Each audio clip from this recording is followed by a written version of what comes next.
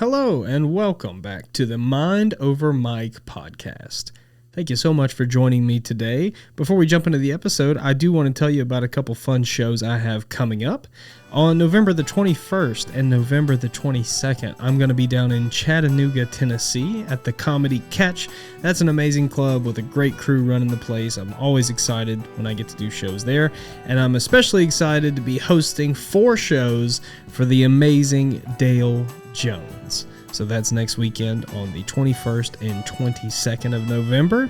Then in December 13th, that's a Saturday, we're going to be back in Johnson City, Tennessee for our very last Don't Tell Tri-City show of 2025. We've got one show left for the year. I'd love to see you there. Tickets are already moving for that one because it's an amazing venue and people know it well. I want to encourage you to act quick and grab those tickets because our last show of the year, and I'm sure it's going to sell out. I'll see you there. Today I am joined by a very special human being. I'm excited for this one. This is another episode I've waited a long time for, so I'm excited to share the conversation with you all. Today's guest is the owner and operator of Sentimental Journeys Antique Store in downtown Johnson City, along with his awesome husband, Johnny. He is a friend of mine, a friend of Don't Tell, and he's been around a lot of our shows. So we spend a lot of time in this episode talking about the lessons that Cam has learned since moving to Tennessee.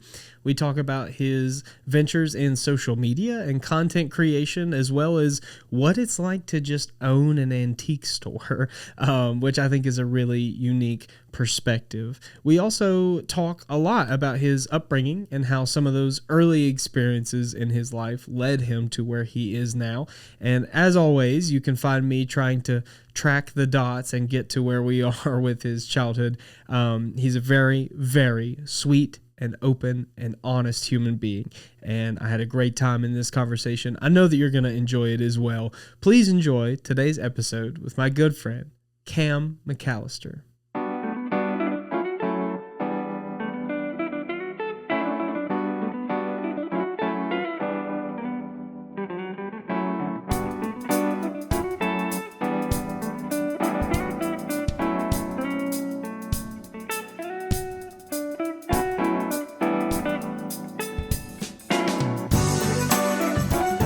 Well, that's the other thing is like to be in almost any job anymore, you almost like have to be a content creator on top of it in order to do. Well, actually, that's one of the things I'm really curious about because I think there's people who do it very well and there's people who try hard at it, maybe too hard at it, and it does not look so great. If that makes sense. And that's not a shot at anybody. I think that you're an example of someone who does a really good job with the balance of it, where it's like your stuff is engaging and fun and short. You don't overstay your welcome. Okay. You know what I mean? Like if my whole feed was you, it would piss me off. Honestly, I get tired of it. Yeah. But you're like, I think that's the right amount. Did that come natural to you, the social media stuff? Really? No.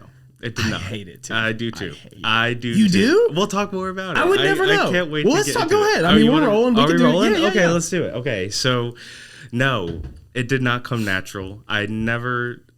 I didn't have social media before the whole Sentimental Journey thing. I had my little personal Instagram page, which, friends and family, whatever. Right. Low key, private. You're not striving to be a content creator. No. Yeah. But when it comes to running a business, in the beginning, I was so tired of hearing my husband say, make a reel, post a reel, make a reel. Now he'll never say it again. Really? No, because I have all my content grinded out for the month. Mm-hmm. I'm so set and I'm so prepared, but I didn't start really caring about it until I met Stephanie. Right. From 1976 Flowers. Yeah, she's amazing. Incredible. I would love to have her on too. Stephanie, if you're listening, I'm sure she will. You're on my list. I can't wait to have you in here, just for the record. She's just an all-around good person. I agree. Everything she does with her whole heart, and everything she does, she's just such a caring person. And yes, I have learned so much from her. I've learned so much from all my neighbors downtown. Yeah. But she really has taught me so much, and she made it seem like, Cam, you need to get yourself on the camera. Cam, you need to put yourself out there. Cam, it can't just be pans of the store. Cam, reels get better engagement. Yeah. Like, let's have a content day together. Let's go ahead and you shoot me and I'll shoot you, and we can edit reels, we can send them back and forth, get ideas, and we do. And it like, I send a lot of my stuff before I post it. I send it to Stephanie. Right. But it was scary for you initially just to be in front of the camera. Yeah, I mean, if you don't have did you have any background in like theater in school or in any performative background at all with anything? No, I didn't. I went to school to be a mortician. Okay, all right. We're definitely getting into that. I'm gonna make a mental note of that. Yes. But yeah, I wouldn't call that performative necessarily. Maybe in a different way. But still, like, to be on camera is almost like a requirement anymore to be a successful small business. Right. And the way I look at it is, like, as the business owner, I feel responsible for the 120 merchants in my store. Sure. To make money, to get paid, to, I feel responsible for them, for getting people in the door. Of course. That's on my shoulders. So that's where all the reels come in. That's where all the posts, the stories, the commercials on TV. Right. We signed that advertisement package. We wanted to get the word out, and it's been very overwhelmingly successful. Oh, good.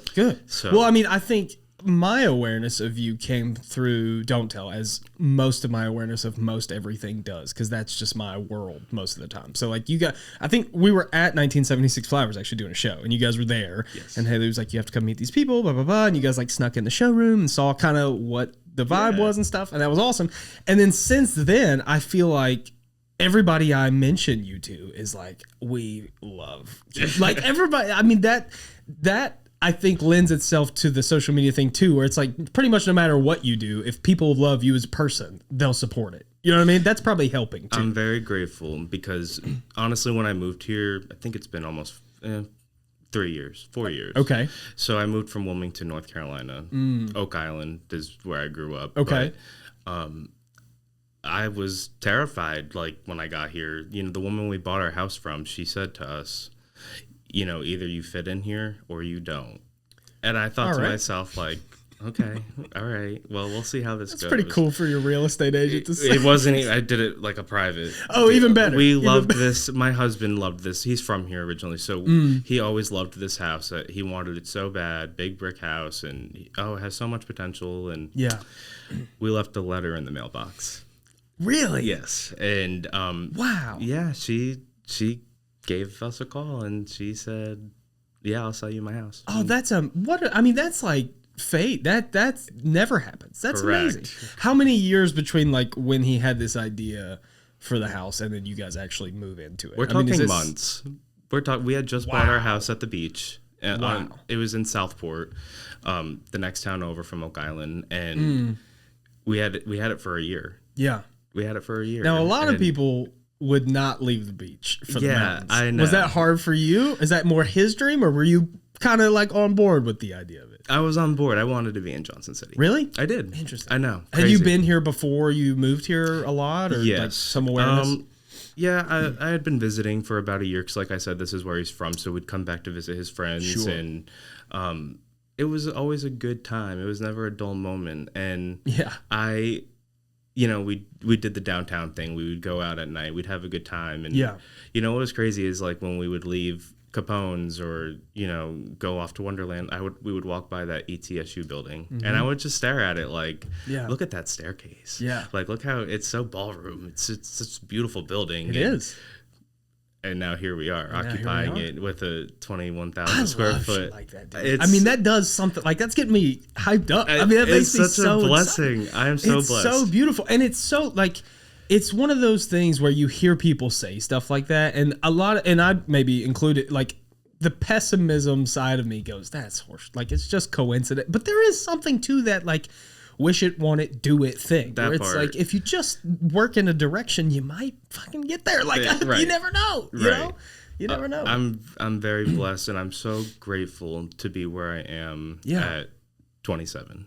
Yeah. That's young. Yeah. Right. Yeah. And I think about that too, and it's like, okay, Cam, like, because one of my biggest goals was always, Business Journal 40 under 40. Right. Okay, I got like 13 years to get there. You got plenty of time. So yeah, you got plenty of time. I can make magic happen, and and deserve it and earn it. And right. That's how I've always been. It's just I've always sure. That's the flip side too, right? Some people are like, it's not. I don't need to wish it, want to do it. It just needs to come to me. I'll just sit here and do nothing and let it walk up. But you're like, no, we earned it. We have to get out there, and that was another big thing when we moved here. Is I wanted to volunteer. I wanted to, I wanted to join the Connect Downtown board. Yeah. I'm very grateful for the 1 year I did with them. Yeah. And I'm so excited for Laura being the chair of that board now. So it's going to be real tight. But, when she has her hands in something or, she's over something, it's going to be a good thing. I agree. It really is going to be. Agree. Because everything she touches, she makes better. Yes. Yeah. I mean, so for anyone who's listening and maybe didn't catch her episode, the one just before this is Laura Eschbach. And she's so amazing. Like, my experience with her through Don't Tell has been nothing but positive. And then to have her in here and for 90 minutes uninterrupted, just like you and I, like in just this room, to get to experience the power of her, honestly, is the word I would use. Just like so inspiring and so dedicated and so it's like anything she's involved in, right, that's gonna go. So when I tell you that I've learned a lot from my neighbors, that she's one right there on the border. She's right there. Oh my goodness. I can't even imagine. I mean, that's got to be like a fucking clinic in business to just like, you're with one of the greats. That's awesome. Definitely. I feel that in my heart. And she's always given me that big sister energy. You know what I'm saying? Like, I can talk to her about anything, and she's just always there. Right. And if I ever have a question, she's there to help me. Yeah. That's amazing. She's also that really cool mix of like powerful and driven and successful, but incredibly humble and approachable and sweet. You know what I mean? It's like some people in her position would be like totally unapproachable. Exactly. And she's not that at all. I mean, she hugs me every time she sees me. Like, she's just the sweetest person. That's super cool. Every time I'm around her, and same thing with Stephanie. Every time I'm around them, I feel just heavily protected. Sure. Oh yeah. It's what a great feeling too, in that, like in an environment that is not always that. Correct. And I think, it's another thing is it's so important who you hang out with. Oh yeah. It is so important to know who you're hanging out with and who you surround yourself with and who you trust, your feelings with. Yeah. No doubt, because people are really quick to switch up. Yeah, I'm just kind of learning some of those lessons myself, which I'm 26 tomorrow, so I'm a little behind you. But awesome. I think stand up is this weird environment too, where I'm sure there's a ton of crossover to business owning. I mean, it's come up on the show a lot, but there's this weird environment where it's like people who at one time I would have cited as like my biggest inspiration or my biggest ally and all these things. Now I'm like go out the door when they it happens, and it's in some ways they've outgrown me, in some ways I've outgrown them. Shit it's nothing changes. Personal. It's nothing personal. It's just for your own mental sanity. Yes. And that's very very important to take care of yourself at the end of the day. Right. And I've found that tribe too that you're describing, where it's like these are my people, and I think I'm also kind of a sensitive person. I'm not kind I'm of. right there. I'm sensitive. I am too. I'm sensitive. I'm sentimental. My mom used to yell at me all the time as a kid. You're so sensitive. Like, yes. And it's true. I'm so sensitive. So like putting any faith or trust in someone is tough for me anyways. But to get to the point where you can build that environment around yourself, that's a special place to be. Absolutely. That's really cool. It really, no doubt. I mean, what kind of a difference do you think that's made on the business side of things? Because it's like, not only do you have that mentorship, you also have kind of like a shoulder to lean on at times, or, it's not all growth and progression. Sometimes it's really hard. Yeah, no doubt. Absolutely. It's, it definitely helps because a lot of us go through the same things. Oh yeah. So we can always talk about that together, and it's a good thing. It's a good thing to have a friend next door. And sure. Plus, being in a downtown business, we're constantly each other's advertisement is how I refer to it. We're sending people from our store over to Terrarium. We're sending people from our store down to the Generalist to grab a drink or go see Pierre down the block. He has a great grocery store.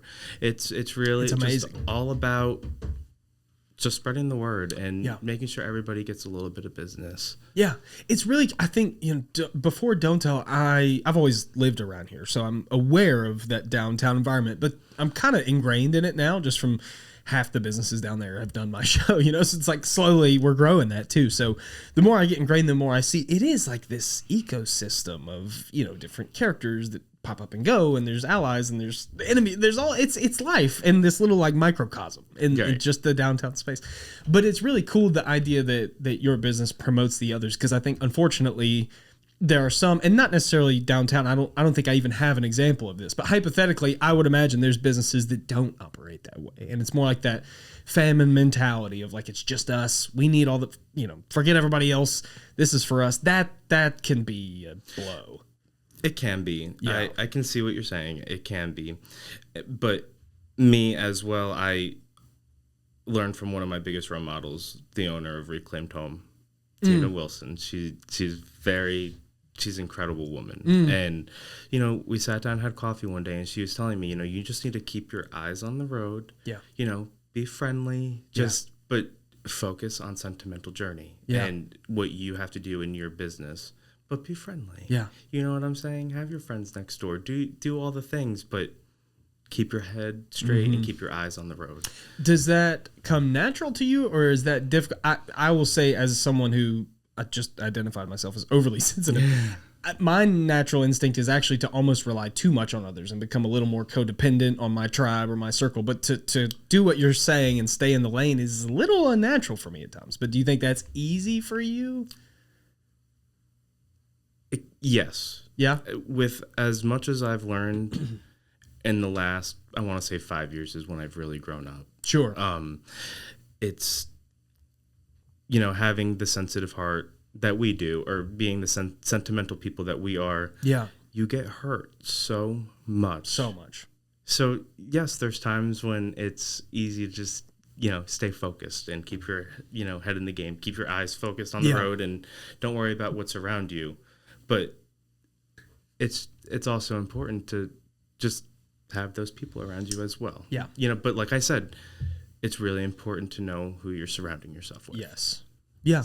Yeah. And there's some level of understanding, I think, too, at least in my case, where it's like, people are still going to come and go. Like, you can do your best to surround yourself with your tribe. It doesn't mean they're going to be around forever. Right. Or that they're not going to change, or you're not going to change. And I think that's one of the hardest areas to navigate for me sometimes. Like, we had, I did a podcast before this one with a buddy of mine who's still a great friend, and he was doing a lot of stand-up at the time, and we started together, and now he's not.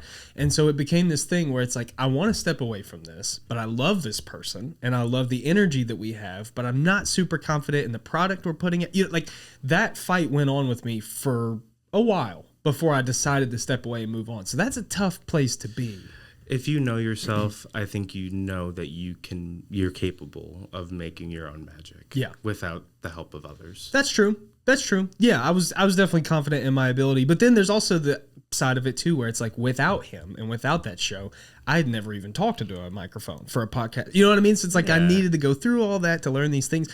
What are some of the building blocks you think that kind of led you to where you're at now? Because I think, I've had several downtown business owners on the show, and I talk with even more, off camera. And I think one thing that I'm always fascinated in, like in Laura's case, is as she's kind of telling me this summary of her life leading up to the generalist, there's all these little things that I go, oh, that tracks. Like, that makes so much sense. That's clearly a huge part of how you got to where you are. Maybe you didn't know it at the time, because, hindsight's 2020, but like, to pick up these little pieces, is there anything that you look back now and you go, oh, that definitely was like a building block to this moment for us? Oh, yes. Yeah, surely. Spending my working career, outside of my business in retail management, or just being an associate at a grocery store. Sure. Because I started, I've always had, a little restaurant job here in college, but my main career was Food Lion.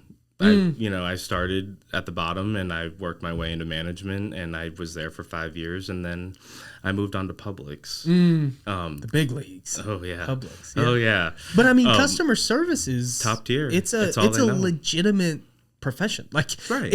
I think sometimes those jobs get belittled because they're accessible at a young age and stuff. But I had a guy on quite a while ago, a good friend of mine named Silas, who is legitimately the best customer service representative I've ever met. Yeah. He was my boss at one point, and I've been friends with him for a long time, so I've seen him go to these other jobs, and wherever he goes, somebody sharks him and pulls him away and is like, "You're the best I've ever seen. Come work for me." I mean, he just levels up based on being good at that.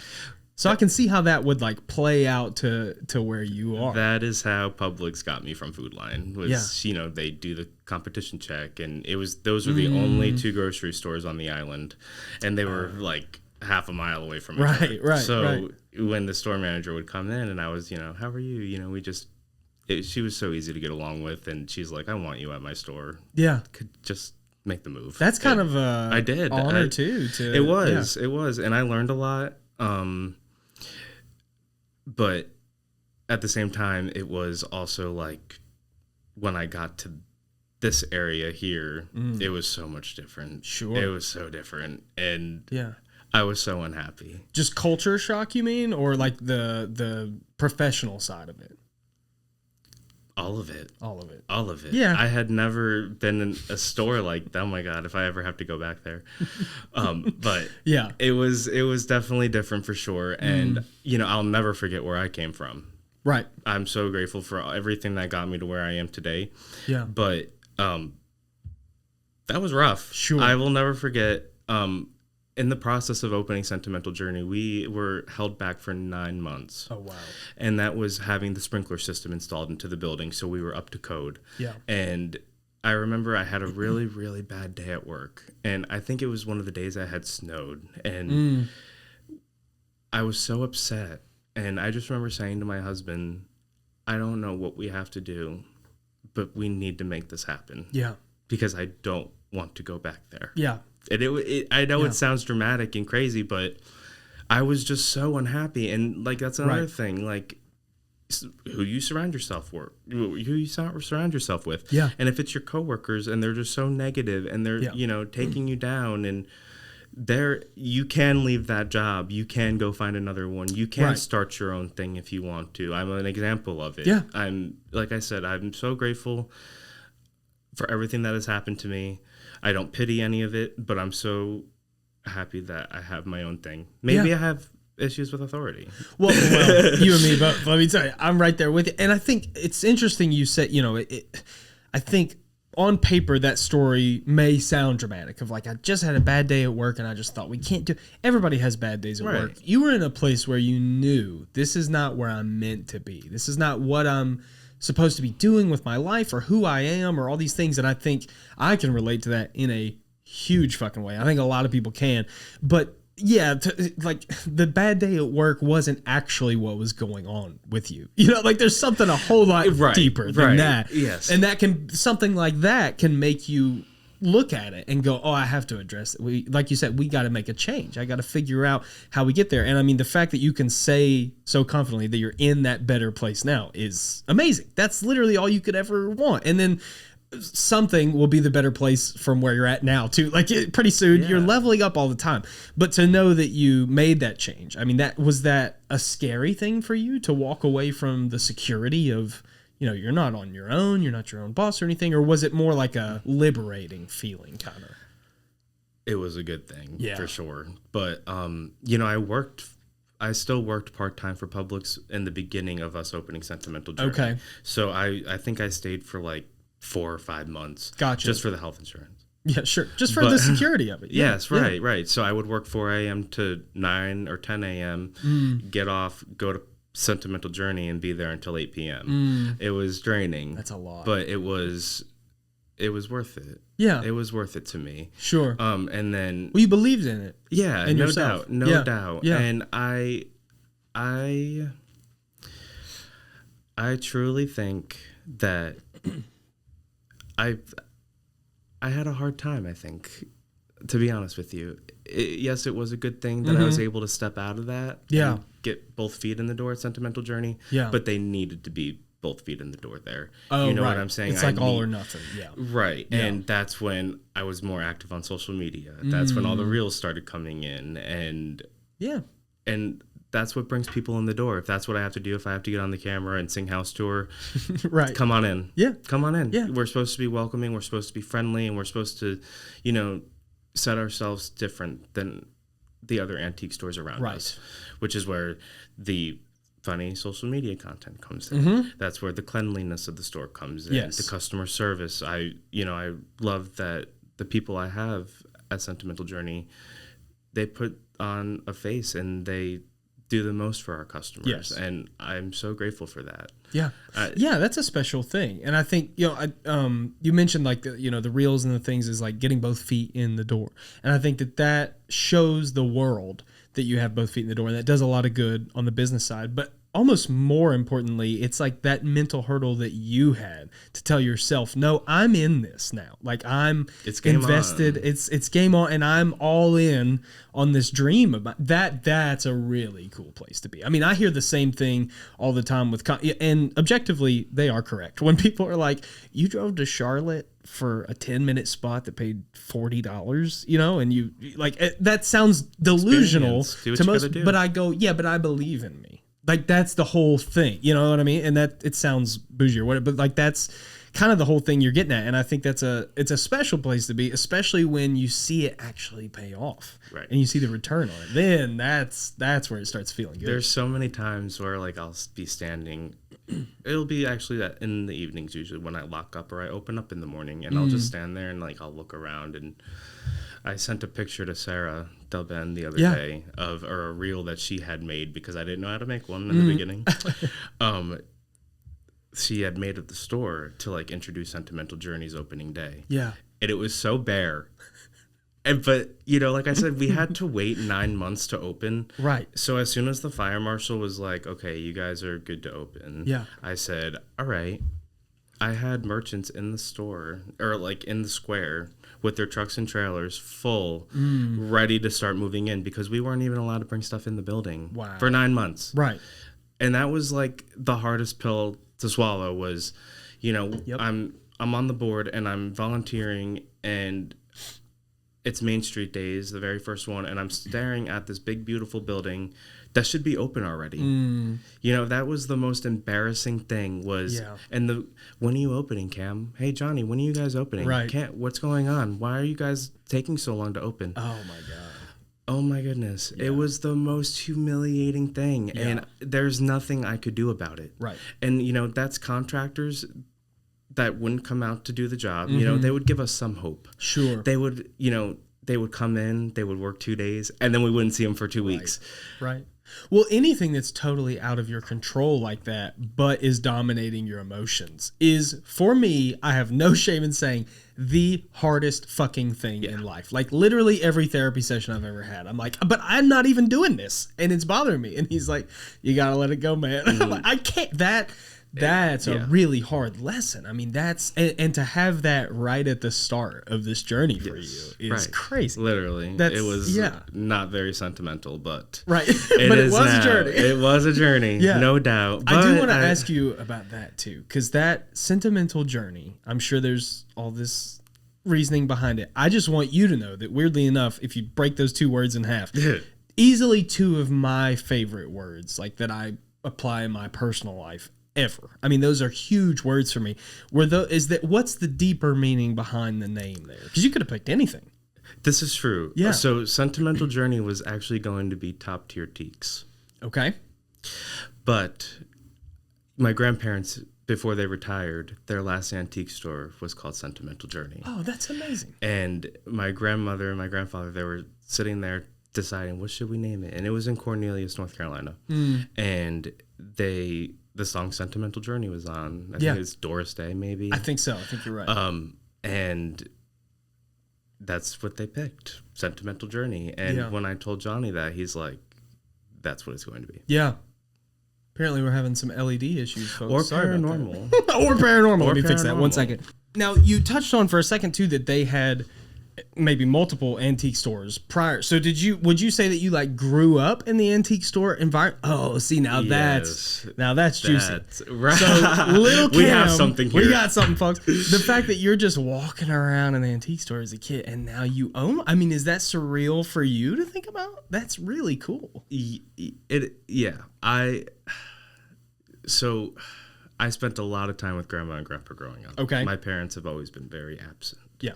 So I'm right there with you. And it's okay. And I don't pity any of it. I'm Yeah. absolutely fine. But I did have grandma and grandpa. Always. Still do. Me too. So, yes, I loved it. I only remember Sentimental Journey, though. They had two more back in New York, because I'm originally from New York. Oh, okay. I was in New York upstate until I was about 16. Okay. And then I moved to Oak Island. What part of upstate New York? The Hudson Valley. Okay. Red Hook. I was born in Rhinebeck. Gotcha. But I spent a lot of time in Poughkeepsie. Okay. Yeah. I spent a little time way up, like Plattsburgh. Like Yeah. There's good picking out there. Oh, yeah. Yeah, that's a cool. I love that part of the world, actually. It reminded me of home a lot. Yeah. All I was told on that trip was we're going to New York. So I'm picturing like Times Square. Yeah. And then we get to Plattsburgh and I'm like, what the fuck is this? Am I at home right now? Yeah. Well, all the time that I had spent living in New York from, I was back and forth all the time. So, but until I was 16, I had only been to the city a handful of times. I never, it was only a train ride away to Penn Station. Right. But I liked my little upstate farm country. Sure. Yeah. So that kind of makes sense why you feel so okay here too. Right. Because if you've never been in the mountains, it's a little jarring. Yeah. And then for me, because I've only ever been in the mountains, the opposite is a little jarring. When they're not around, I'm like, I'm scared. I mean, like I had the Catskills and I had the Adirondacks, but I never enjoyed Which are them. awesome. Which are, but I never enjoyed them like I do here. And I think that's because I'm older now and I'm learning to appreciate nature and to just get outside. Yeah, just go outside. Right. It changes everything. Yeah, I mean, especially if you're walking around a dusty antique store as a kid. It's like, listen, but that's like a playground for a kid. Grandma and Grandpa's antique stores were always very clean. Okay, got it. Which is why Sentimental Journey is the way it is. That's why we run the vacuum 3 times a day. That's why we stay stocked up on the dusters, and we probably go through like 3 bottles of glass cleaner a week. That's just us wiping the doors down because we hate fingerprints. Sure.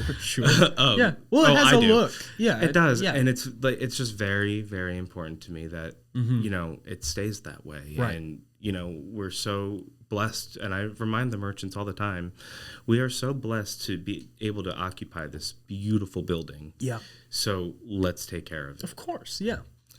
Yeah. And it's unfortunate, but I think a lot of people don't feel that way about it. And I think I'm a big antique store guy. I love an antique store, always have. Yours is exceptional. I mean, of all the ones I've been in, yours is absolutely exceptional for sure. I would almost say, and this is not a negative, your antique store to me almost doesn't even feel like what my brain thinks of. Does that make sense? Like, I'm thinking dusty old pianos nobody's touched in 1,000 years, weird dolls that I don't want to go near. Shit like that, like odd finds. And you have really eclectic mix of things, but the cleanliness and the brightness in there and the lighting and the customer service, everything you do gives almost, do you consider it like a modern approach to an antique store? That I understand those 2 words are kind of like the antithesis, but it makes sense. It's not your traditional, what my mind thinks of is that like stereotypical dusty old antique store that you can get lost in and all that stuff. I mean, there's intention there for you. Yeah, well, the goal is to always have something for everybody. Right. Like Laura said in the last episode, like in the beginning, it was what I wanted. Yeah. It was like the things that I liked that I wanted in there. Sure. But it can't be that. It has to be what the people want. Yeah. And so if we have, it's just having something for everybody. It's so important. And it's just knowing where to send the customer what they're looking for. And I'm like, yes, I have that. And I want to have that. And if I don't have that, I will find it for you. Yeah. I will source it for you. The fact that you can have a mental catalog of a building that size is kind of insane. We do have a little map. That's kind of crazy. My girl Lois, she drew it out.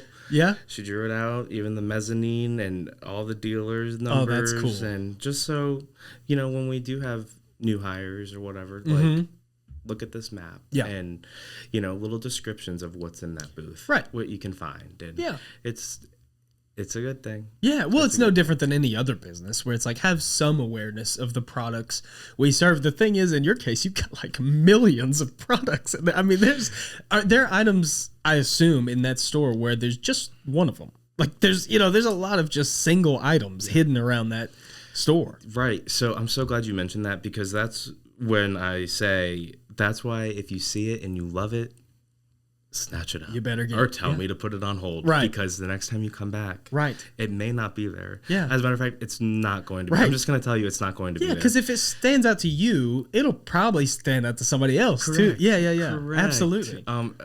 And the one thing, people will get a little sneaky, grabbing it from the booth and hiding it in the store. Sure. But I'm telling you, we check those things. Yeah. We do. You'll find them. Yes. Yeah. Yes. Yeah, I will find them. As a matter of fact, the other day, this girl was obsessed with this brass elephant on the 3rd floor. And, I told her I'd give her 10% off. Yeah. If you really want it, you let me know. And, she tucked it away in a drawer inside of like a credenza on the 3rd floor. And I found it when I was dusting, and I was like, girl. Yeah.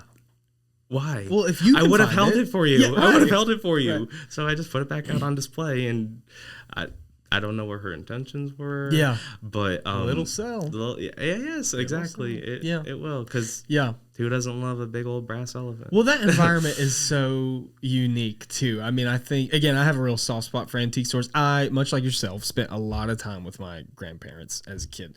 My mom was around. She was very involved and was an amazing mom, still is in every aspect, but she was like pursuing her degrees and working a full-time job to support me. So in the absence of that, I was with the old folks. Yes. Like that's just how it played out. That's she where was that old soul 17 comes when she was pregnant with me, so it's like that's just how it worked out. But from that, I gained an appreciation not only for like the things you'll find in an antique store, because most of like those plates we still eat on. Like that's just life for me. Right. But the idea of going to an antique store and the appreciation for the objects and the hunt of it is something that was like instilled in me from my grandpa for sure. Like there's certain items that he would show me and go, you notice that, you notice that, you notice that, and you see them at every antique store. He like taught me to look for it. That's worthless. It's everywhere. You can see those all the time. Or albums, digging through albums. I mean, you saw downstairs. I have kind of an issue. Slight. It's never an problem. issue. It's a little. Well, some of them are from your store, so that's just that's good retail for you. I'll get you the best price. I've gotten some great finds there. Good. But the idea of coming into an antique store is almost like, well, to use the word, sentimental for me, and I think that a lot of people feel that. So it's like it is retail, but it's a unique angle on it. Like Laura is doing something so similar and yet so different to what you're doing. Right. Yeah. And there are some items that we have that are similar, but like she has her customers and I have mine. Yeah. It doesn't, I don't think it affects anything. It doesn't intertwine anything.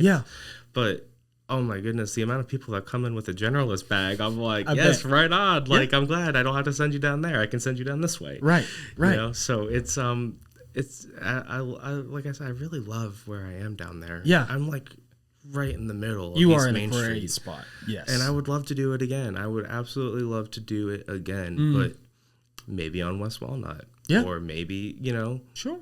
Well, I mean, if things are going good and you're happy with the way it's playing out, there's no reason to just hit a ceiling and decide we're done with life. You're 27. There's a lot to do. Exactly. There's a lot to do. I think I actually suffer from putting that on myself at times where like we had a big show back in April and I worried about it for, 6 months. I called it my white whale show. It's the great white whale. It's out there. I know it's out there. And when I get it, I'll get it. And we got it and we pulled it off and it was damn near perfect. I mean, all the effort paid off and it was so awesome.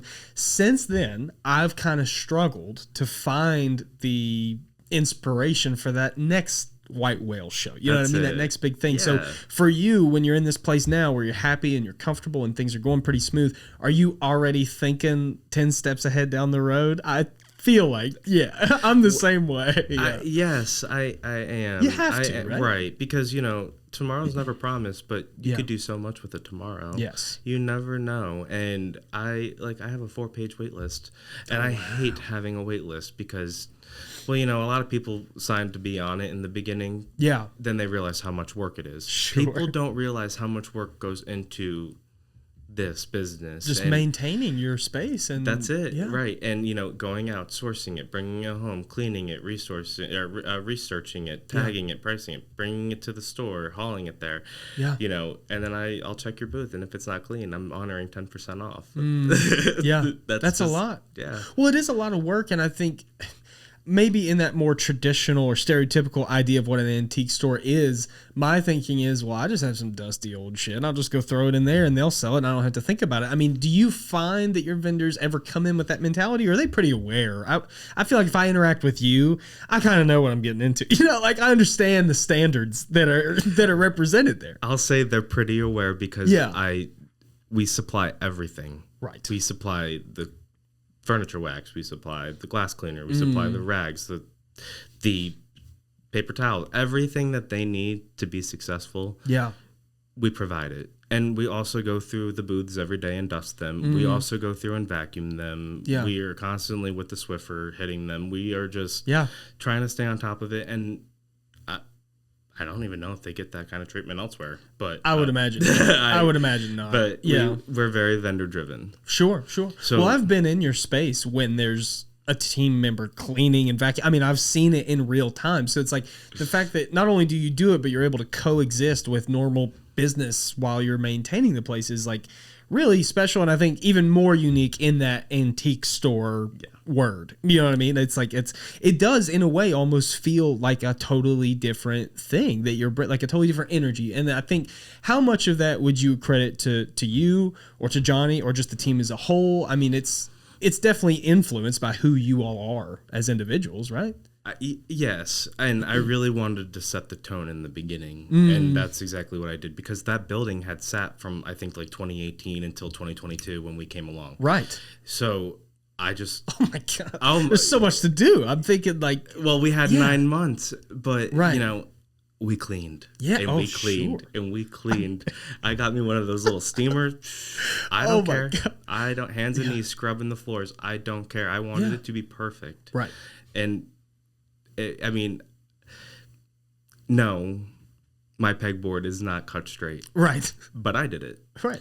No, my floors are not perfect. They creak. Yeah. Yes, there's soft spots, but there's carpet underneath. Yeah. Otherwise, the constructional engineer would not have said, go for it, But, I mean, you put your everything heart into and it. soul, and every minute we had went into Sentimental Journey. And like I said, when I stand there in the mornings or when I close and just look around, I'm like, this was worth it. Oh, what is that feeling like, to be in a building like that with all that stuff by yourself? I'd be scared as shit. I'd be so scared. But I mean, every inch of the place. Yes. But still, like, that's a lot of darkness going on. It is. But we don't cut off every light at night. Okay, all right. I'm very happy because when I check the cameras outside at night, that awning, that whole it's a big strip there. Yep. It was all dark. Yeah. But we just replaced the bulbs outside, so like it's always lit up. Yeah. And now when I check the cameras at night, and like I'll see the sorority girls after the bar standing there waiting for their Uber, it's lit up, and it's just a little safe place there out under my awning. Yeah. And that gives them a chance to maybe peep in the window correct. and see something they'll come tomorrow for. Yes, who knows? Right. Come get this armoire out of my window display. Right, you know what I'm saying? That's such a small thought of like, we should replace those bulbs. That's such a small thought that has such a huge impact. I feel like the fact that you give attention to those small thoughts probably is the separation. Every light bulb has been replaced in that building. And Johnny, I'm going to give all the credit to Johnny. Okay. All right. Let's do it. He went through each and every light and put in the LED bulbs. Yeah. And that was a project on its own. Sure.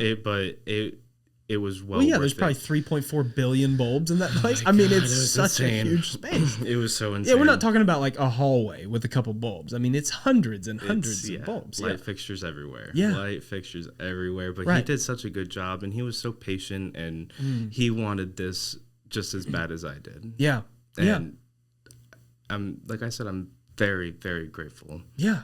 Well, that's a great position to take on it. And I think, in the past, I've had conversations with people, both, again, on and off the show, who are either business owners or just have these business ventures with their significant other. And now that brings a whole other layer to this thing, because it's like, not only are we together in this business, then if we have a rough day or if we have a great day, we are both at home together afterwards. I mean, talk to me about that. Like, that has to be so... I don't know if it's difficult to navigate, but it's unique for sure. I mean, that's a path that not all couples take. Right. That's a lot. So A lot of people don't know Johnny actually has a full-time job on top Really? of Sentimental Journey. Whoa. Yes. So he was originally gone Monday through Thursday. But I feel like he's there just as much. He's always there. He's always watching. But when it comes to us being married and working together too, you have kind and sweet Cam. Sure. And then you have the bitch. And everybody knows it, but he said that. Okay, Johnny, I didn't say that. I might be laughing, but I'm not agreeing. Okay? But everybody knows I'm not it. saying it. So whenever somebody asks me something crazy, I'm like, go ask Johnny. Sure. And if they say I'm scared, that's on them. Then the answer's probably Then you no. don't want the answer. Yeah, right. Because they already know. They came to you on purpose. Correct. Yes. Sure. Yes. Well, that balance is important, I think. It is very because important. if you were in it alone, you just get ran over. Yeah. Exactly. Yeah. Right. And no. Yeah. No. My baby's not going to let me get hurt. Right. Yeah, and especially and if he's involved in the financial and professional side too, there's all these like protective layers of why you would want this to work. Now, if I could just get him in a reel.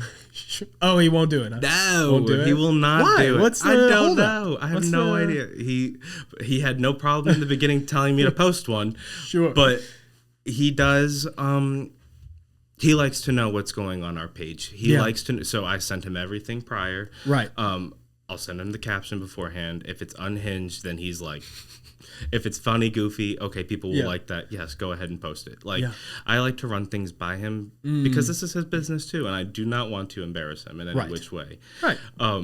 But he's also very supportive of the whole getting out there, doing the thing, and like I said, it was that house tour reel that really sparked everything, and that was Stephanie being the one telling me, get yourself on the camera. Right. Business owner or your customers will love seeing the business owner being hands-on, and just it'll bring people in. Yeah. And oh my God, I did not expect it to be like that. Really? Oh my God. Such a positive, So then that's when now you'll see me all the time. Well, I do. I try to post every 2 to 3 days. I like the one. There was a recent one that was like something to take the edge off or something, but you don't smoke, and you had the Dubai chocolate bar. For anyone listening, please go follow and check out the reels. They're very entertaining. They're some of my favorite things. I love a template. It's so easy now. But I will tell you, anybody can make a reel. Anybody can do it. Yeah. I didn't know how to beforehand. I did have a lot of help, and I'm so grateful for it. But I love a template. Yeah. I love something I can there's always a trend or there's something to hop on that will connect. And do you ever have a customer who comes in for the first time and sees you and goes, you're the real guy. You're the Dubai chocolate bar. Yeah. Do you get that? Listen, yes, I do. I get it often. Awesome. I get it when I'm at Kroger. I get it when I'm awesome. I love your reels. I'm so happy to have you downtown. But another thing that brought that on too, and I don't want to forget to tell you because it's stuck with me. Yeah. Our real estate agent, Shannon Castillo, she said to me, you cannot open a real... Forgive me. Let me rephrase. Okay. You cannot open a retail establishment and expect money to walk in the door. You have to get out there. Yeah. You have to advertise. Yeah. You have to... Okay. So now when I post, she's always liking it or commenting on it or sending it back to me saying, this is great. Right. Great job. Like... That's awesome. And that means the world to me. Sure. And... So I just keep doing it, and I just keep doing it, and to the point where I didn't care at all one bit the first few months, and now I regret it because now I have a goal to be at 10,000, and I'm almost there. I have like 2,500 left to go, but that's amazing. I'd be there if I had really focused on it. Yeah. But Sarah did spend a lot of time with me. She's great with it too. I mean, she can blow your mind with her knowledge of trends and hashtags and locations and all this shit. Website setting up, all this crazy stuff. So it was really Sarah and sweet Gabby she was a city intern. Okay. She helped me so much. Yeah. And any idea I had was not a crazy one. Oh, right. Like I thought it would be, or I was overthinking it, or, she introduced me to edits or whatever that you can edit the app and you just post it right to Instagram. Lifesaver. I use it every time now. So it's always these little things that, these people have taught me.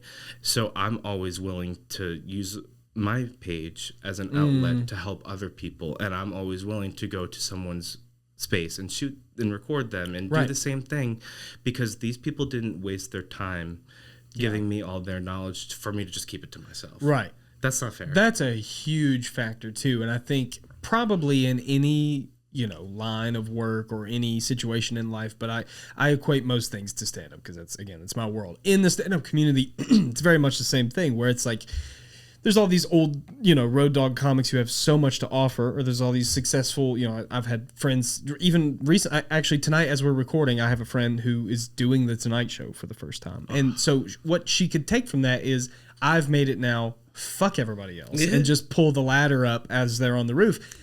Most of the time, and I think this is kind of evolved in the art form, it used to not be this way at all, but in modern stand-up, people are pretty generous, and especially people that you connect with and stuff. And I mean, the fact that you had those people who lent you that hand or left the ladder down for you to figure these things out, and then you don't feel the need to just go and close the door behind you. That's really special. And that's a reflection of only you, because that's up to you. I mean, you could absolutely go, I've learned all this. This is just for me. Even like in some cases, it may even be a competitor of yours where you go, I'm not going to share information. I run into that a lot where it's like, nobody wants to support something if it's going to take food out of their mouth. What they don't understand is it's like a rising tide. It lifts all ships. It's good to do that for other people. It's very important. Absolutely. It's a cool lesson that you learned really quick too, really early on in this journey. Because like I said, it really feels like all we have is each other. Yes. And I'm so lucky to be working with Stephanie. I hope we have it up and posted by the time this comes out. Okay. But we are including everybody. And it's going to be a little series. So I'm excited about that's that. exciting. It's going to be a series. That's very exciting. And everybody will be included is the goal. So that's why it has to be a series, because there is a lot of businesses downtown and you wouldn't know it. Right. You wouldn't know it because they just don't get the recognition that they deserve. They don't get the highlight that they deserve. Yeah.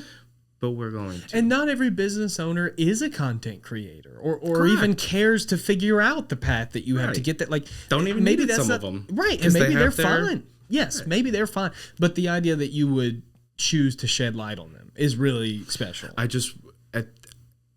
Stephanie and I talk a lot. We do. She really is my person. Sure. No doubt. Yeah. And like I said, she's taught me a lot, and everybody just deserves a little something. And we're going to give that to them. We're going to give that to the people, and we just want everybody to be included. Right. Well, I mean, it's also kind of very good timing, I think, with the time of year, and we're getting into this space in the year where people start to really kind of look at community and family and all these things. I mean, I think there's a lot of downtown activities, and there's a lot of business that comes in, and there's a lot of people trying to remind consumers to shop local during a crazy holiday season. There's like, this is the time to shed that light. Exactly. Yeah. And I'm so glad you said that, because Small Business Saturday is coming up. So I really want to drop as much content as possible. Yeah. I want to add people as collaborators. I want to do the thing. That's what the page is there for. Right.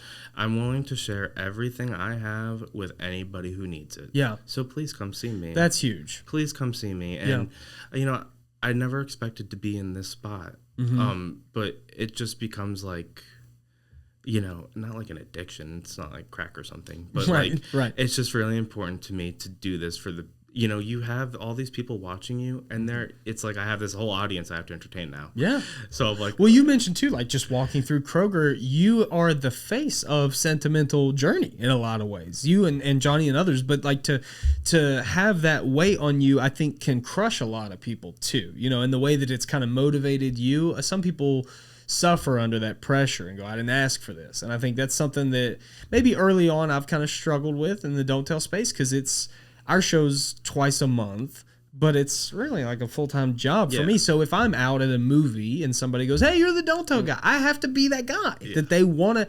And I'm a comic, and they've probably seen me do stand-up too, so I have to also be funny and engage. I can't just be like, hi, and keep walking. I get that. That can be a lot for people, that you can never really switch it off.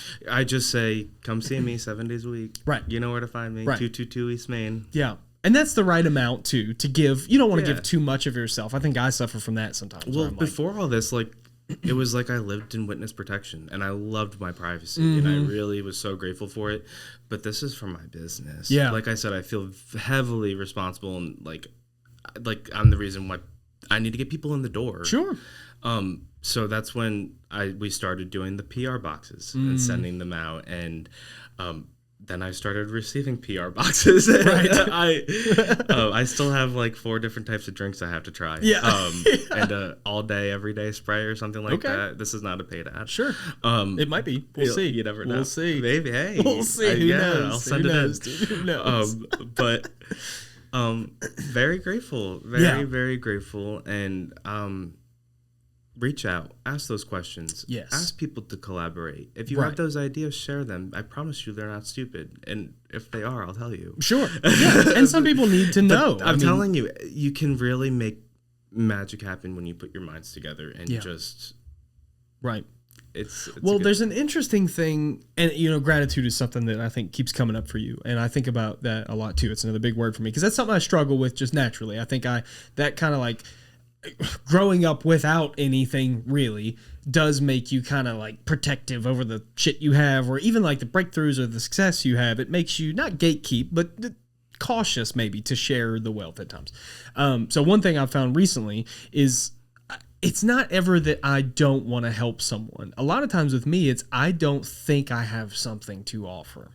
Does that make sense? So like I had a situation recently where a comic had reached out to me several times and asked for just a sit down, just some advice, some guidance, some direction, all these things. And in my mind, I'm like, don't fucking ask me. I don't know. God, would be the first person I'd go to. What do you mean? But in my head, that's not true. And I'm not faith. that's not false humility. I'm 100% honest. In my mind, I'm just bouncing through this thing and I've found some direction. But it's like locally, I have become this thing that they look to because I have gained some local traction or whatever I get, which I feel weird about even saying. Anyways, I know. After some time, I did finally give in and go, you know what? Let's meet up and let's talk and let me do this. And the takeaway afterwards for me was so great because it's like, and I prefaced everything with like, this is strictly personal. I don't know if this will work for you. Here's my experience. That's enough. To share your experience and to be honest is enough. Yeah. And that's exactly what you're saying. It's like, don't be scared to just be yourself. Correct. That's really hard for some people. Is. For me it especially. Is. Yes, and I understand really that. Yeah. And like I said, I like to live like I was in witness protection prior to this. Yeah. But you just got to do what you got to do. Right. And right. Do it with your whole heart. And the reward is there. It's there. Immediately. Yeah. I think. It is. And it builds, but I think, there's some level of it where you go, oh, yeah, that felt good to do that for somebody. Because that's the other thing is it's not a selfish act. Right. To share information. It's not, I didn't really gain from that conversation. Well, in some ways I did. Like, I think everybody has something to teach you. That's my favorite part about this show. That part. You can take away something from every conversation. And I mean, in this one in particular, like, this is episode 20, I think, or 21. So of all the 21 conversations, everybody is a different profession, a different background. I mean, you grew up, you wanted to be a mortician, for God's sakes, which we're going to talk about. Oh my God. That is like the fact that there's these weird through lines through 20 different 90-minute episodes. That through line usually is, just be yourself and work hard. That's like the two things you can kind of learn from every conversation with someone who's successful. And in my case, in the case of this show, that's why you're sitting here, is because I admire you and what you've done and your background, and I'm interested in how that all led to now. So I think that's like a super cool thing that you're willing to share that on a platform. That's huge. Absolutely. That's huge. Any time, anybody who watches this, if you need a collaboration, hit me up. Yeah. We will come up with something together. Sure. You better be careful. You might get a flood of DMs after this. I know. And then I'm going to be sending all these to Johnny, and he's going to be like, no, yes, yes, no. The good news is views are very low on this show, so you're not going to get flooded. But, you never know. Give it time. Give it time because ours were too. Yeah. Ours were too. And it takes time. Yeah. This kind of stuff takes time. Well, when this, with stand-up, it's a little different. Like, I want to progress. I want to grow. I want to find my audience. I want to get my voice out there, all these things. With this show, the reason this show exists is because I need it. Like, I love it, and I want to do it, so I'm just going to do it. And, if naturally, as I invest more time and like, spoiler alert, we're about to get a huge overhaul on the video quality here in the next month or so. We're going to go way up on the quality and all these things. So hopefully that will bring new eyes. That's all great. All the views is great. All the clicks, all the clips. That's great. I don't give a shit about that. I just want to get increasingly awesome people to sit where you're sitting and talk to me. That's Absolutely. it. That's it. And then if someone else gains from that, great. And I think, this is another area where my weird self-esteem thing cuts in, but I have had a few experiences where people have come to me since I started this show and said things like, I really love your conversations. You're really vulnerable. I really relate to a lot of the things you say. That makes it worthwhile for me. Yeah. Again, like immediately, just being vulnerable is super huge. I mean, and in your business and in this approach you have to social media and stuff, I can see that making a real difference for you. Because it's like yours is through humor mostly, but that, I mean, look who you're talking to. Like that's, yes, exactly. That's the best way to get to people. When are you booking me for a show? Honestly, with the state of things right now, pretty soon. Yeah. It's like I'm running low, so it's like who knows. Listen, no, I mean the humor approach is interesting too. Do you consider yourself like a funny person? Like if you look back on your childhood, were you getting the laughs in the circles and the friends and the family? Were you always the humor there, or is that new for you? So growing up, I struggled because I was 304 pounds. Okay. Before I met Johnny. At what age? Oh, God. 21. Okay. 21. Right. I was just hoping you weren't going to say like 8 or something. No, oh my God, could you imagine? Right. Okay, right. But I was, I wasn't going to, I'm not going to say I was always big boy. But when my parents separated the first time, I started eating more, and I was just always heavier set. So I always thought my humor came from how I looked. Me too. But exact same, yeah. But I did that little Weight Watchers at Dub Club. Oh wow, it helped me out. Worked for it did, but I did gain a lot of weight waiting for Sentimental Journey to open. So I was 197 before SJ opened. Now I'm sitting at like a solid 260. Yeah, not a fan. Me, but well, that's important. Yes, it is important. It is very care important about your health and you. Yeah. So, but also coming from a childhood, and it sounds like very similar to yours, where I felt very trapped by this self-image and very boxed in and very just negative. The weight association is a negative thing in my head. It's not positive. It's not, body image is not something I promote or look forward. It's not good. Yeah, and that mentality kind of sticks with you. It does. Even when you're not bigger, right? You are up here. You're always bigger. Exactly. It's that, what do they call it? Body dysmorphia or whatever. So absolutely. Like it sticks with you. But, I'm happy. I'm fine. I don't think, I only got one person to impress. And right. I'm pretty sure he's fine with the way. He seems to be fine. Right. So, we're just fine over here. But I'm working on it, and I'm feeling much better. And I quit smoking. And that's huge. That part, yes. I think I'm on day 88. Ooh, so wow. Right around, I feel like you're, and, knock on wood, I feel like you're over the hump. I miss it every day. Do you? But it's absolutely fine, and I'm better off without it. And I never thought I would be. How long did you smoke for? Oh my God, over a decade. Oh God, I was young, and then everything became electronic, and that was so easy, and accessible and affordable, and then yep. Johnny hated it. Really? Oh yeah, and I never did it in front of him. It was like the secret thing. And I hated that too. Oh yeah, that's the worst. That's absolutely the worst. Horrible. I've gone through things like that myself, where it's like that you have this part of you that you have to hide from the person you love the most, and then that makes you hate you. But it's it's a cycle. I'm literally a grown man. Not I'm young, but I'm what I'm saying. Yeah. But I'm hitting something that's like a USB drive that I have to plug into the wall to charge. Dragon fruit. Yeah. Really? But it's just those. Would you consider yourself an addictive personality? Yes, outside of that? Yeah, absolutely. Me yes. too. I am, yes. Absolutely. Yeah. So that was just your vice at the time? Yeah, and I had met you, I was on day 3 or 4 when I met you. Really? Of being clean. Well. So you're welcome. I was going through... I'm a magic charm. You're welcome. I don't know. I mean, I never smoked cigarettes. I smoke a lot of crack, but I never smoked cigarettes. Oh my God. No, it's a joke. It's a joke. I never smoked cigarettes, but I definitely relate to the addictive mentality thing. And one thing that really hit me big is I follow a lot of these creators. Some of them are comics, that have struggled with addiction and stuff. And I was watching a video recently with one of them, and they were talking. The person he was interviewing asked him, "How many days are you off of your vice?" And he said, "However many days." And then he said, "Why are you counting?" And he was like, what? And he was like, are you counting up or down? That really hit me hard because I have so many things where I go, God, I haven't, done that in a week, or I haven't done that in 10 years or whatever it is. And then there is some relief when you go, but who cares? That's not me anymore. Why am I even counting today? Like, what does it even matter? I think I count because I'm just like, wow, Cam, like you really stopped. Oh, that's important too. So good. That's super important. But I did struggle. I really did struggle. It was like withdrawing from crack. I don't even know. Yeah. Like I was itching. I was angry. I was sad. I went through all different types of emotions and kudos to Johnny for going through those waves with you, because I'm saying this almost in reverse in my case, where it's like I know that Haley totally unaware goes through these flows with me where whatever I'm dealing with in my personal life, she has to match whatever me she's going to get that day.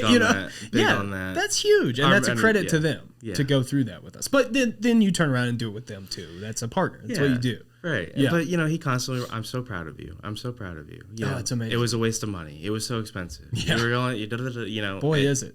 Yeah. So much. And I'm better off. Yeah. I'm much better off. For sure. I don't have to keep running to the back and hit my puffer. I don't have to, that's one thing I'm very proud of, but I spoke up about it. That wasn't a secret that I was stopping. It was like, just so you know. Right. I don't know how, but like when I would go get my hair cut, I started crying in the chair. Because you're like, I need it? No, not just because the goal was to fall in love with life again. And it, when you're... Without this thing, but when you're puffing on something that comes from the gas station, it's like, what is it doing to my mind? Yeah. How can this little thing have you in such a chokehold? Yeah. It's scary, right? It is crazy. Yeah. I know comedy's a weird place, man. It's like a fucking island of misfit toys. I know some I've been there. I've been to that little show. I got some. I bet it's crazy. Oh yeah, and it gets way worse. But there's some things, and I know people who have suffered from every vice. I mean, you name it. Gambling, sex addiction, drugs, alcohol, all these things. Everybody I know, no matter what of those they've done, if they also smoke cigarettes, that's the one they can't break. Or that's the one that they go, that shit was hard. Like that's a tough one. And I grew up in a house of all smokers. So I feel like I probably got enough secondhand smoke for a lifetime. I'm good. I don't need the cigarettes. Yeah. I'm good. I'm all straight on that. Doesn't appeal to me. But I have other, like caffeine's a big one for me, where it's like to cut that out of my life does almost make you go, what's life without it? I know. That's a crazy thought. It's like a little crutch. Yeah. It was there. And it becomes routine. It becomes, I was waking up in the middle of the night. Like, what the hell? Yeah. But also, I don't think the timing is strictly coincidental that in the same time you're fighting like that personal battle to better yourself, you're also seeing this incredible growth and like love and support from the community. I mean, that's not irrelevant. They really show out for real. And I've made a lot of friends in this business. Yeah. Friends, but like, yeah, people are very kind to me, and I'm very grateful for that. Yeah. Just be kind to me, and if you're good to me, I'm totally going to be good to you. I was going to say, you're also not like a person that I could see anyone struggling to get along with. That would be very difficult. Anyone who hates you, honestly, could get fucked. Is my take on that. Like, how in the world would you look at this person and not, like, that doesn't make any sense. But, there's also just people out there whose lives suck, and they're miserable, and they hate everybody. So that exists. And, jealousy is also another big one. How are you about to be jealous of a 27-year-old? Yeah. Like, okay. Also, if you're jealous, why don't you just do it? That's my whole... Thank you. And believe me, I run into this on a fucking daily level where I'm like, yeah, I have all these things that you don't have, and that's hard for you. Why don't you have them? Why don't you have them? If it bothers you so much, why don't you fucking do it? Go out and get it. And then you'll have nothing to worry about. That's possible. But that's the issue, is they're, just unhappy people. And I've also, I'm not going to speak for you, but in my case, I've been there. And in many ways, I'm still there. I'm also the guy who's like, fuck him. He's got something I don't. I do that all the time. And then I also go, why do they hate me just because I have something they don't? I'm somewhere in the middle. I get it. I understand that completely. That's human. That's a human thing. If you know me, I want you to know, like, you are welcome to have whatever I have. Yeah. I didn't have a lot coming up. So just I'm willing to share with whatever I have. Yeah. Anything. Let me know. Hit me up. Yeah. Well, so your upbringing, I mean, we touched on it a little bit with the antique stores and the environment there, but I mean, just kind of like Cliff Notes condensed version, describe that for me, because I'm so curious how someone who is as sweet and approachable and likable as yourself gets developed, because in my case, I think most of the folks I know who had the hardest, most difficult road somehow came out the softest and the sweetest. But it doesn't always work that way. There's also the monsters that are created. It's like, I could think of a lot of examples, even my own family, where it's like two siblings lived in the same house. One turned out so different than the other, but it's the same traumas and the same environments. I mean, how would you kind of look back on your life and just, I know that's a huge question to ask, like condense your whole life for me in 30 seconds. It's so rough because like I feel like I've lived so many lives, like going from, being born in New York, growing, living in Charlotte for a little bit, then going back to New York and then back to Oak Island. Did you like New York? You liked being there? At 16, I was everybody's your friend at 16. Sure. I don't want to leave in the middle of high school and move. Oh yeah. That's rough. Well, you're going to the beach. What's so bad? Because like my people aren't there. But, all sense of normalcy is here. Right. Yeah. Right. Who cares what the surrounding is? Right. Yeah. And y'all are really about to send me to a new school? That's crazy. I never thought I'd be that at boy. 16? I never thought I'd be that boy. Being new in school is crazy. Being new in school. But, did you experience a lot of pushback to just you as a person being in North Carolina too, or was it more welcoming there? Because I think definitely more stereotypes come welcoming. in. Definitely more welcoming. Yeah.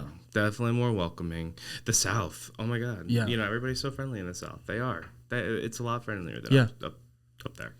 Right. But which I think is important for people to hear too, because anyone, even in this episode, as you sit here and you describe all these experiences with your husband, I know that there are people who would listen to this and click off of this episode just because of that, right? Which is fucking insane to me. But it does exist. But you're saying, like, when you made that leap, you didn't experience any of that growing up at all, really, in North Carolina, by the time you get there, in your later teenage years? It didn't matter as much as it did in New York. I mean, I was always made fun of, but I didn't come out until I was with Johnny.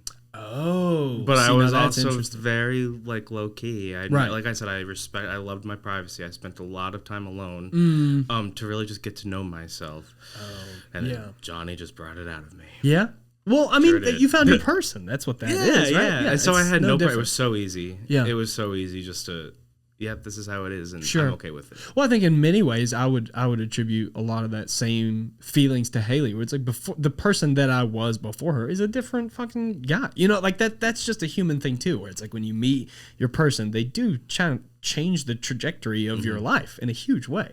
Or they can. If it's the wrong person, you might want to go straight down for a while, and that it happens. Absolutely, it definitely happens. Like I said, I will always say, it's very important who you hang around with, yes. and who you spend your time with, who you're in a relationship with, who you're a business partner with. Yeah.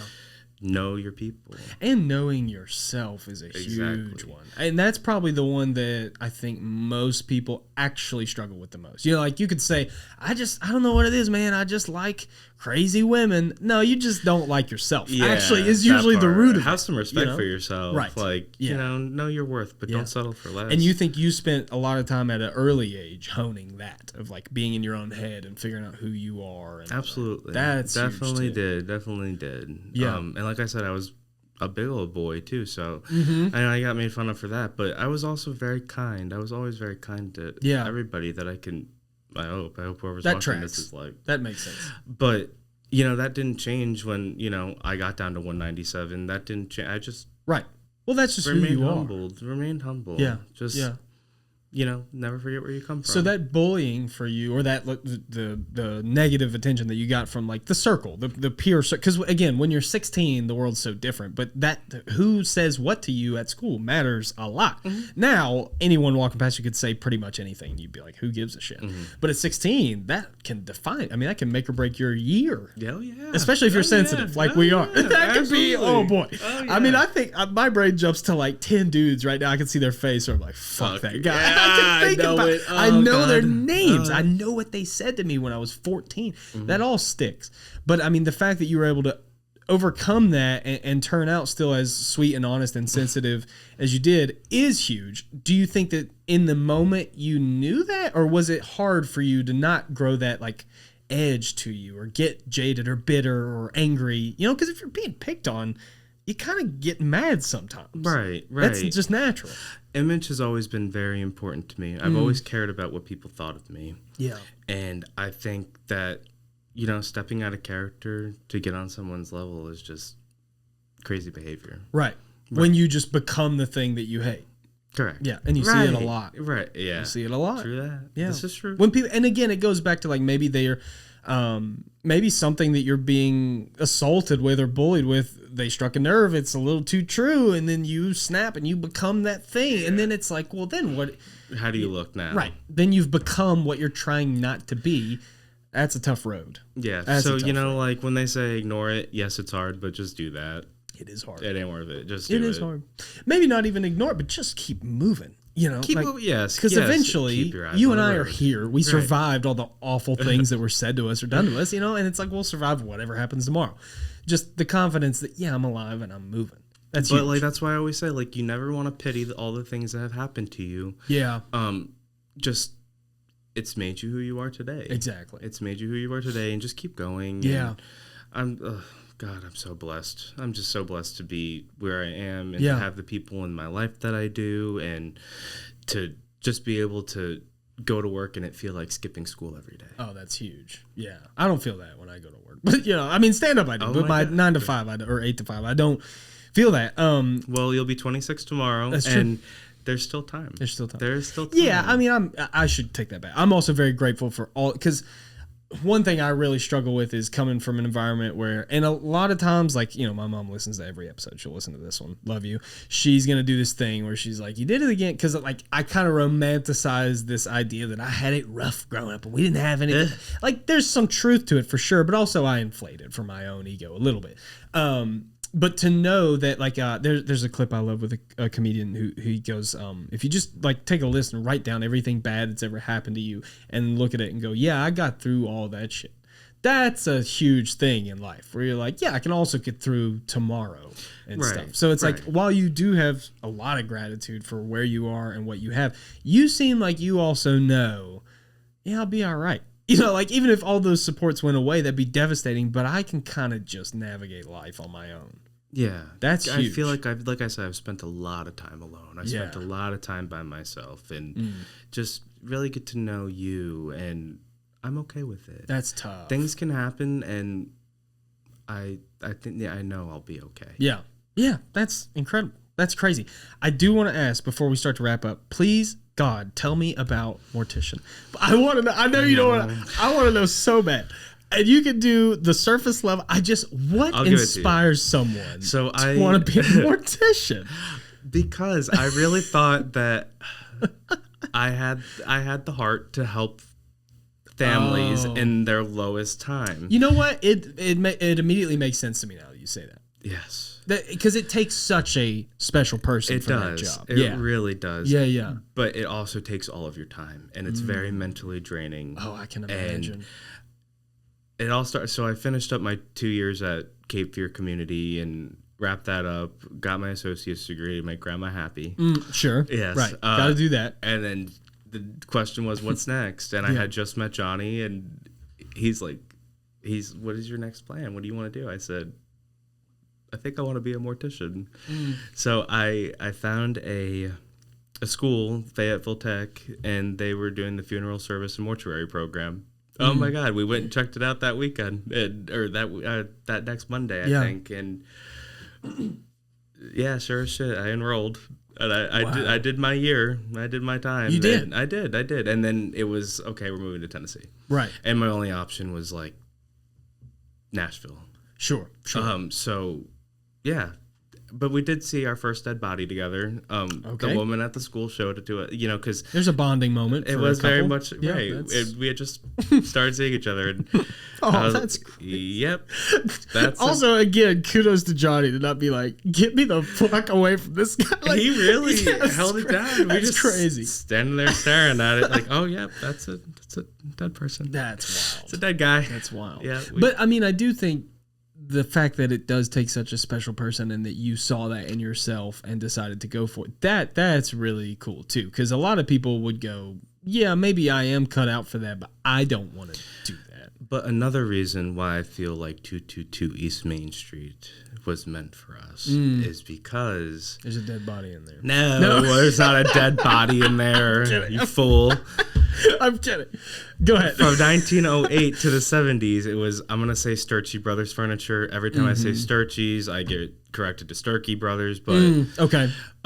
They were a furniture store. But the building next to us, they also owned, and they used it to sell funeral arrangement stuff. Really? So caskets, and, they did embalming. They did the whole thing. Wow. Did the whole thing. So I'm like, okay, this is the one. That's another weird connection. Yeah. Close to home. Yeah. I do love things like that in life, too. They kind of like, you go, whoa, that's a little... you can't chalk it up to coincidence all the time. Right. It starts to add up after a while. There's weird things. I was just talking with Haley about this last night because we lost a family friend recently, and my mom had this weird experience where she felt like this thing was sent to her. This thing, that's common. It's a little thing. right. It's a way of processing grief and stuff. She's going through, and she has this experience. And Haley and I are chatting about it. And I'm just like, what do you think about this? Do you think it's crazy? Do you think it's true? What do you think? And we're talking about it, and I said, what's funny? I said, I think at this age, I've had just enough of those weird fucking moments where I go, I don't know, man. I really don't want to just discredit or just be a skeptic to everything all the time because I've had just enough of them that I really can't explain. Where it's like, I don't know. I don't know. There's some weirdness. There in is. life. No, there is. Yeah. And when that old building, oh my God. Yeah.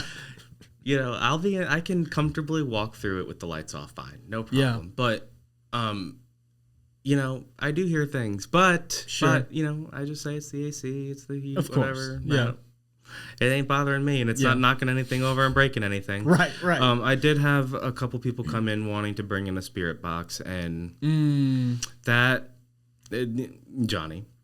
No, absolutely. We're not bringing anything. That's one of those questions you send to him. Yeah, you go talk to Johnny. Talk to Johnny. Yeah. That you don't want to bring anything that wasn't there before. Sure. You don't want to stir anything up. That's you don't want to fix what's not broken. Right. Well, even if you don't believe in that sort of thing, why take a chance? Like, there's certain things like Ouija boards is one that's come up on the show before where I go, yeah, that's great that you have fun with it. I'm not interested. Like, maybe I was raised in just enough church to go, nope, I'm good. And we did have one woman bring one in, but it was like, tasteful. On the other side, it was a checkerboard. It was very primitive. It was very old. And right. I just stared at it. I just looked at it, and she just took it off and took it back with her. I was like, God, I didn't have to say anything. You're like, thank God. Thank God. But people are into that. Sure. Oh, yeah. Absolutely. Yeah. Big time. I'm I did a Halloween episode with a friend of mine, and it came up as a topic, and I was like, I'd love to talk about it, but I have no experience with it. I'm just not. Nope. I don't want to be around it. Yeah. Tell me real quick, is there anything coming up? So this will be out Tuesday. This will be out in just a few days. Wow, you work fast. Fast. We'll see. This will be out sometime Tuesday, whenever I finally get it done. Is there anything coming up? Any events? Anything? Obviously, we'll promote the business itself, but anything going on through the holidays that you want folks to know about Sentimental Journey? Well, all the time they have something to look forward to because something new comes in the door every single day. That's true.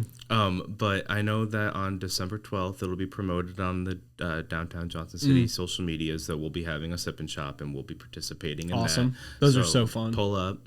And yeah, it's just something to look forward to. We'll have our tree lighting, we're participating in that. So yeah.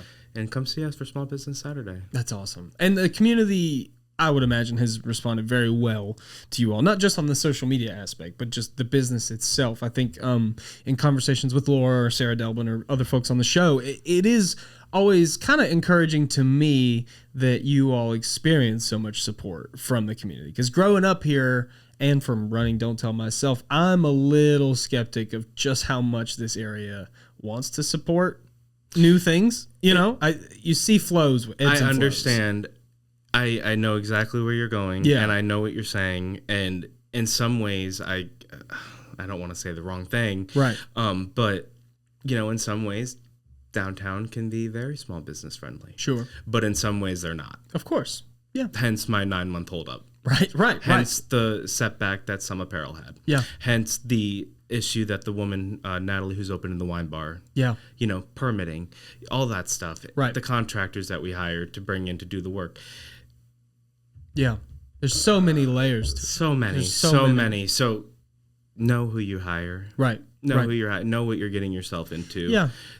It blows my mind when I can see a storefront open like that. Right. And they didn't have to wait. The Oh, that's interesting. Yeah. Crazy. Who do you know exactly? Right. Yeah, The fire marshal right. didn't have to come knocking on your door. Well, that also makes more sense to me why you would get through an experience like that and then turn around and hold that door open and go, here's some information. Here's what works for us. Here's how, like, because you don't want others to have to suffer and go through these hurdles. So that's why I look at it as a good thing, because think of downtown 5 years ago. Oh my God.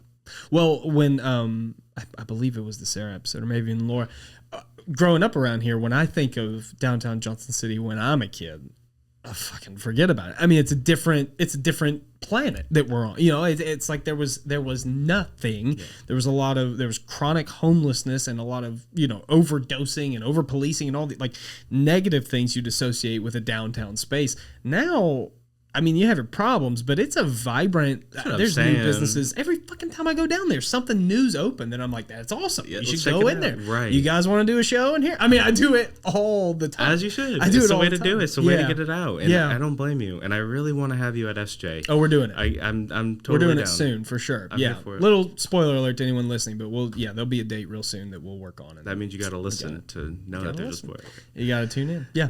All right. Anything else you want to plug? Any socials? What is the social for the store? For Instagram, it's SJ Antiques JC. Okay. And we also have Facebook. I have a little TikTok account. I don't know how to use it, so don't expect much. But never know.